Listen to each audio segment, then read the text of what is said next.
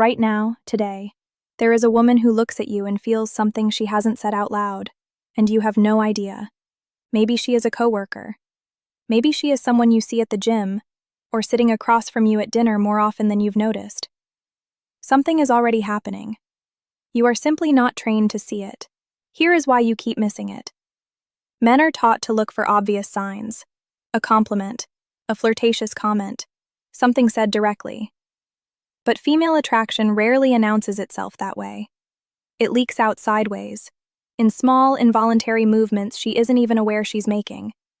So you wait for a sentence, while she's already speaking a different language entirely.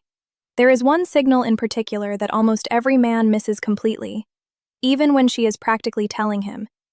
It hides in plain sight, repeated so often it becomes invisible. By the end of this video, you will know exactly what that signal looks like, along with 8 others that build toward it. You will start noticing things in your own life, in conversations you've already had 100 times. What's been quietly happening around you is about to become impossible to miss. Most men are looking for a sign. They just don't know what it actually looks like. For years, the cultural script around attraction has taught men to wait for something obvious. A lingering compliment, a flirtatious joke, an invitation that's hard to misread. And when none of that arrives, most men conclude that nothing is happening at all. But that conclusion is almost always wrong. When a woman feels drawn to someone, the brain doesn't usually send that signal through speech first. It sends it through the body, through small, involuntary behaviors that happen faster than conscious thought can edit them. Psychologists sometimes call this leakage, emotional information that escapes through gesture, tone, and timing before the mind has decided whether it's safe to say anything at all. That is the part most men never learn to read. Of course, this does not mean every woman behaves identically, or that culture and personality play no role here. They absolutely do. But underneath those differences, certain patterns repeat across context after context, which is exactly why they're worth learning. Think back to a conversation that once seemed completely ordinary. One where you walked away without realizing what had actually just happened in front of you. This video is going to slow that moment down, sign by sign, until the pattern becomes unmistakable. We'll start with something simple, something that happens in less than a second, and that almost everyone has experienced without naming it. There's a half-second window most men miss completely. It happens when she looks at you a fraction longer than a normal glance requires, then catches herself and looks away. Sometimes down, sometimes to the side, almost never directly at something else of interest. Researchers who study nonverbal attraction call this gaze lingering, and the key detail isn't the look itself. It's what happens right after it. A casual glance simply ends. An attraction-driven glance gets interrupted, almost like she remembered, mid-look, that she wasn't supposed to be looking that long. That interruption is the signal. Now, you might be thinking, couldn't this just be someone making normal eye contact during conversation? Sometimes yes. Context matters here, and a single glance proves very little on its own. But when you notice this same small pattern repeating across a conversation, especially paired with a slight change in her expression right before she looks away, it stops being random. The mistake most men make is treating eye contact as binary. Either she's interested or she isn't. But attraction rarely shows up as a single clear data point. It shows up as a pattern of these tiny interruptions, repeated quietly over time. It's also worth noting that this signal is strongest early on, before someone feels safe enough to hold a gaze openly. Later, as comfort grows, the lingering glance often relaxes into something steadier. But by then, you'll already have noticed other things first. That same instinct to look away, to self-protect for just a second, shows up again. This time in something far less obvious. Something she does with her hands without ever thinking about it. Watch what her body does when she's not thinking about what her body is doing. When two people feel a genuine connection, their bodies often begin to synchronize without either person deciding to make that happen. Behavioral researchers call this mirroring, the unconscious tendency to copy another person's posture, gestures, and rhythm as a way of signaling closeness on a level beneath conscious thought. If you lean forward slightly while talking, she leans forward too, a beat or two later. If you cross your arms, she might shift her own posture to echo it. without ever noticing she's done it. If you reach for your drink, there's a decent chance she reaches for hers around the same moment, almost like the two of you are moving on a shared, invisible rhythm. Of course, mirroring on its own can simply reflect good rapport between any two people, not necessarily attraction specifically. Friendship and ease can produce some of the same echoes. The difference shows up in consistency and timing. True mirroring tends to deepen as comfort grows, repeating across different gestures rather than just one. Most men either don't notice this at all, or notice it once and dismiss it as a coincidence rather than a pattern worth tracking. Mirroring is one of the most reliable, well-documented signals in attraction psychology, and it's almost always missed. That same instinct to sync up doesn't stop with the body. It extends into something even more revealing: the sound of her voice the moment she's genuinely engaged with you. Her voice does something around you that it doesn't do around anyone else. When someone feels relaxed and emotionally safe with another person, their vocal pitch tends to soften and their speaking pace tends to slow, almost like the nervous system is signaling that it doesn't need to brace for anything. This isn't performance, it's regulation happening below the level of conscious control. Listen for a slight drop in volume when she's talking just to you, even in a room full of other conversation. Listen for a softer landing on the ends of her sentences, instead of the brisker, more clipped tone she might use with a stranger or a coworker she's simply being polite to. Now you might wonder, couldn't this just be how she naturally talks? For some women, yes. A soft voice is simply their baseline. That's exactly why comparison matters more than the voice itself.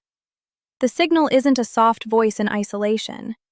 It's a noticeable shift in her voice specifically around you, compared to how she sounds with everyone else in the room. Most men focus on what she's saying, missing entirely how she's saying it. This vocal softening tends to show up most clearly in one-on-one moments, or in brief asides during group conversation, when she momentarily speaks just to you. It is one of the harder signals to fake, because it requires a level of physiological ease that's difficult to produce on command. There's also a timing element worth mentioning.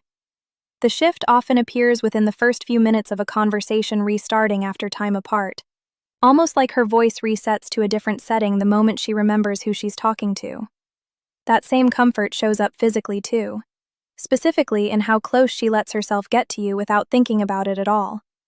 She'll close the distance between you and not even register she did it. When someone feels emotionally significant to us, the brain quietly nudges the body to reduce physical space, a behavior researchers refer to as proximity seeking. It's the same instinct that makes people lean in during an interesting conversation, except here it's directed specifically at one person, repeated across different settings. Watch for it at a dinner table, when she somehow ends up in the chair nearer to you instead of across the room. Watch for it while standing in a kitchen during a gathering, when the gap between you both seems to shrink by inches over the course of 10 minutes, without either of you walking anywhere deliberately. Now you might be thinking, but what if she's just a naturally touchy, close-talking person with everyone? Fair point, and worth taking seriously. Some people simply have smaller personal space boundaries by nature, regardless of who they're talking to. This is exactly why consistency matters more than the gesture itself. The signal isn't proximity in one moment. It's proximity that repeats specifically around you, more than it does around others in the same room.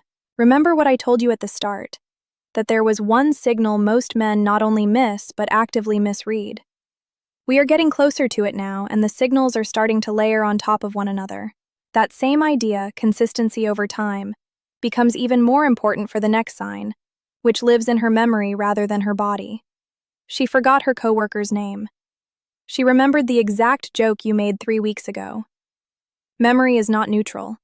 The brain prioritizes storing details connected to people it considers emotionally significant, while letting details about neutral or unimportant interactions fade quickly. This is sometimes described as selective encoding. The mind essentially decides, often without permission, what's worth holding on to. So when she brings up something small you mentioned in passing, a restaurant you said you wanted to try, an offhand comment about a stressful week at work, a detail from a story that wasn't even the main point of the conversation, that recall is not an accident. It means something landed and stayed. This pattern tends to intensify over time rather than fade. In the early stages, she might remember one or two small details. Later, the recall becomes almost effortless on her part. She'll reference something you said months ago as if it happened yesterday, with no visible effort to retrieve it. That ease of recall is itself part of the signal, separate from the content of what's remembered. Now, you might be thinking, isn't this just being a good listener? Or simply someone with a good memory in general? Sometimes, yes, and plenty of attentive people remember details about everyone equally. That's an important distinction. The signal isn't general attentiveness. It's selective, personal recall. Specific details about you remembered with more clarity and more frequency than details about other people in her life, even ones she spends more time around. The common mistake here is brushing past the moment instead of registering it. A man hears her reference something small he said weeks ago, feels a flicker of surprise, and moves on without realizing what he just witnessed. That selective attention doesn't stop at memory. It shows up again in how she behaves the moment other people enter the room. She's not the same version of herself around you that she is around everyone else. People naturally adjust their behavior depending on social context. But when attraction is involved, that adjustment becomes more specific.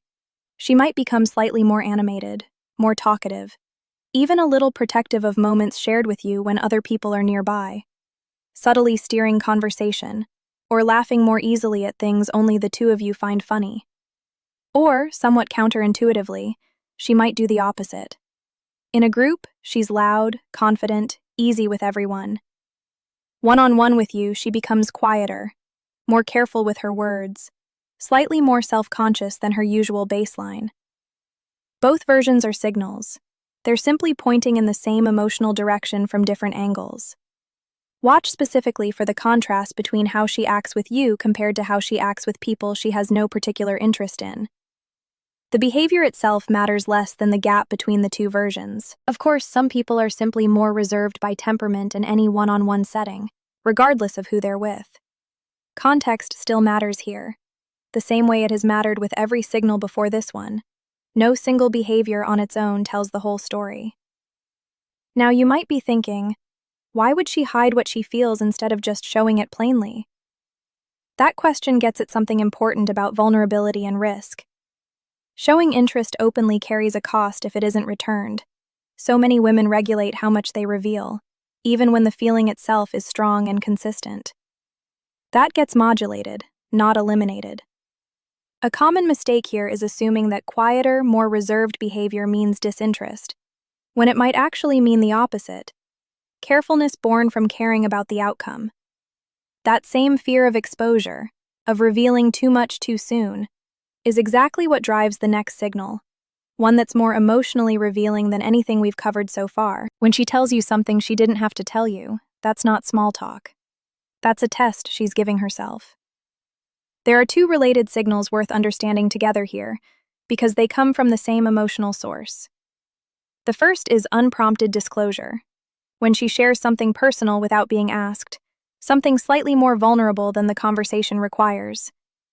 A worry about her family, an insecurity about work, a memory she doesn't usually bring up. Psychologists describe this as a form of risk-taking and relationship building, sometimes called reciprocal self-disclosure. Sharing something personal is a small act of trust, and people generally only extend that trust toward those they feel emotionally safe with, or want to feel emotionally safe with. The second signal sits right beside it, the testing question.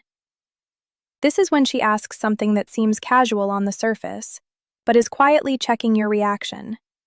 A question about an ex. A question about whether you're seeing anyone. A comment phrased like a joke, watching closely for how you respond before deciding whether to say more. Pay attention to the timing of these questions, too. They tend to surface right after a moment of closeness, a good conversation, a shared laugh, almost as if she's testing whether the warmth she just felt is safe to trust. Of course, not every personal story is a signal, and not every question is a test. Sometimes people are simply being friendly, or genuinely curious in a way that has nothing to do with attraction. Context, again, decides which is which. The difference is in the pairing. When personal disclosure and quiet testing questions show up together, repeatedly, directed specifically at you, that combination is rarely accidental. A common mistake men make here is answering the surface question while missing the deeper one underneath it. She's not just asking what you think, she's watching how you respond, and storing that response the same way she stores everything else about you. All of this, the glances, the mirroring, the memory, the vulnerability, builds toward one final sign that most men walk straight past without ever noticing it. This is the one sign that doesn't show up in a single moment. It shows up in a pattern, and that's exactly why it gets missed. Here is the truth at the center of everything we've covered so far. None of these signals exist to be noticed once. They exist to be noticed across time, accumulating quietly until they form a shape too consistent to be coincidence. The ninth sign is this. She manufactures small, almost invisible reasons to stay in contact, or to extend time spent near you, without ever framing it as something deliberate, a message that didn't strictly need to be sent, about something minor that easily could have waited. A reason to walk the long way, past where you happen to be. A question asked just to keep a conversation going a few minutes longer, even after the actual topic had clearly run its course. None of these moments look significant in isolation. That's precisely the point. Psychologists who study relationship formation sometimes refer to this as proximity-extending behavior. Small, low-cost actions that increase the amount of time or contact with someone, motivated by a desire that often hasn't been consciously acknowledged yet, even by the person doing it. Of course, context still applies, the same way it has with every signal in this video. One extra message means very little by itself. A single unnecessary excuse to linger could be nothing at all, but when you start noticing this pattern stacked on top of everything else, the glances, the mirroring, the softened voice, the selective memory, the small disclosures, it stops looking like coincidence and starts looking like something closer to certainty. There's also a quieter version of this sign worth mentioning. She keeps small, low-stakes plans loosely open around your schedule, without ever pressuring you toward anything specific, almost as if she's leaving room for contact to keep happening naturally rather than forcing it. This is the signal that gets missed specifically because it asks for patience instead of a single dramatic moment. Most men are scanning for fireworks. This signal is closer to weather, quiet, gradual, and only obvious once you step back far enough to see the whole pattern at once. That is the moment most men walk away from without realizing it. Once you see this ninth sign clearly, you'll likely find yourself replaying past conversations with completely new understanding. Not because anything has changed, but because you're finally looking at the right thing. 9 signals, but really just one truth underneath all of them. Attraction rarely speaks in words. It speaks through repetition. Small, involuntary behaviors that quietly accumulate until they form a pattern impossible to mistake for anything else. You don't need to overanalyze every glance or every message from here on out. One moment alone rarely means anything definite. What matters now is that you know what to actually watch for, across time, instead of waiting for a single obvious sign that may never come in the form you expect. That's the capability you didn't have at the start of this video. You have it now. I read every comment on this channel, so I'd genuinely like to know, which of these 9 signs have you noticed in your own life and didn't realize what it meant until now? If this kind of insight is useful to you, staying subscribed means you'll have it ready the next time you need to read a moment correctly, instead of working it out after the fact. In the next video, I'll show you the exact moment a woman stops hiding what she feels and what actually causes that shift.